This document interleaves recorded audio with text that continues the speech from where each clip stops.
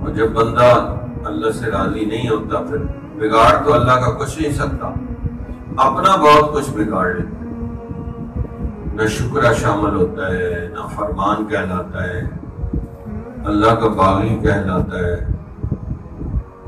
اور اپنی دنیا کو بھی مصیبت میں ڈال لیتا ہے، آخرت کو بھی برباد کر لیتا ہے۔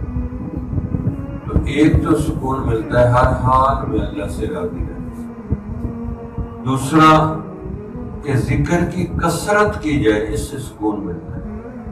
اس کا طریقہ ہے کہ تہجد پڑھیں، فجر پڑھیں، اشراق پڑھیں، صبح کے وقت 2-3 گھنٹے مسجد میں ذکر فکر پہ لگیں۔ جب 2-3 گھنٹے صبح ذکر فکر پہ لگیں گے نا تو وہ سارا دن بابرکت گزرے گا۔ یعنی گاڑی صبح پیٹرول لے لے گی اور وہ 24 گھنٹے چلے گی،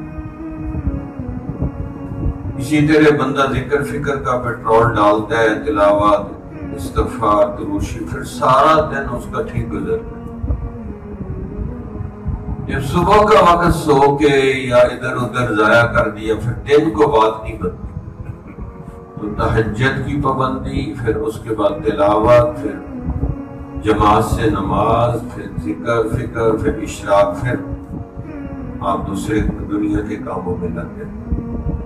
جو بندہ یہ نہیں کرتا نا، تہجد، معمولات، تلاوت، پھر فجر، پھر اشراق تک نہیں بیٹھتا نا مسجد میں، وہ نہیں پھر کچھ کر سکتا۔ یہ ضروری ہے، اس لیے کہتے ہیں نور پیر کا ویلا، کہ اللہ والے صبح کے وقت میں ذکر فکر تلاوت کرتے ہیں تاکہ سارا دن بندے کا برکت کے ساتھ گزرے۔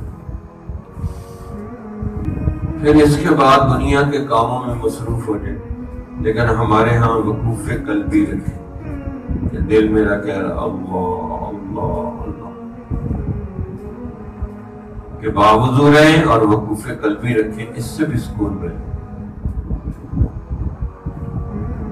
وَاذْكُرِ اسْمَ رَبِّكَ وَتَبَتَّلْ إِلَيْهِ تَبْتِيلًا، اپنے رب کے نام کا ذکر کرو اور ہر طرف سے ہٹ کٹ کے ذکر کرو، یہ مراقبہ ہے۔ تو مصروفیت میں وقوف قلبی ہو کہ دل کہہ رہا اللہ اللہ اللہ، یعنی دل کی فکر لگ جائے بندہ کہ میرا دل جو ہے اللہ اللہ کرنے والا بن جائے۔ اگر یہ نہیں تو پھر سب سے آسان کام ہے یہ سوچیں کہ میرا اللہ مجھے دیکھ رہا ہے، میرا اللہ مجھے دیکھ رہا ہے، میرا اللہ مجھے دیکھ رہا ہے۔ تو اس سے بھی توجہ اللہ رہتی ہے، رجوع اللہ رہتی ہے۔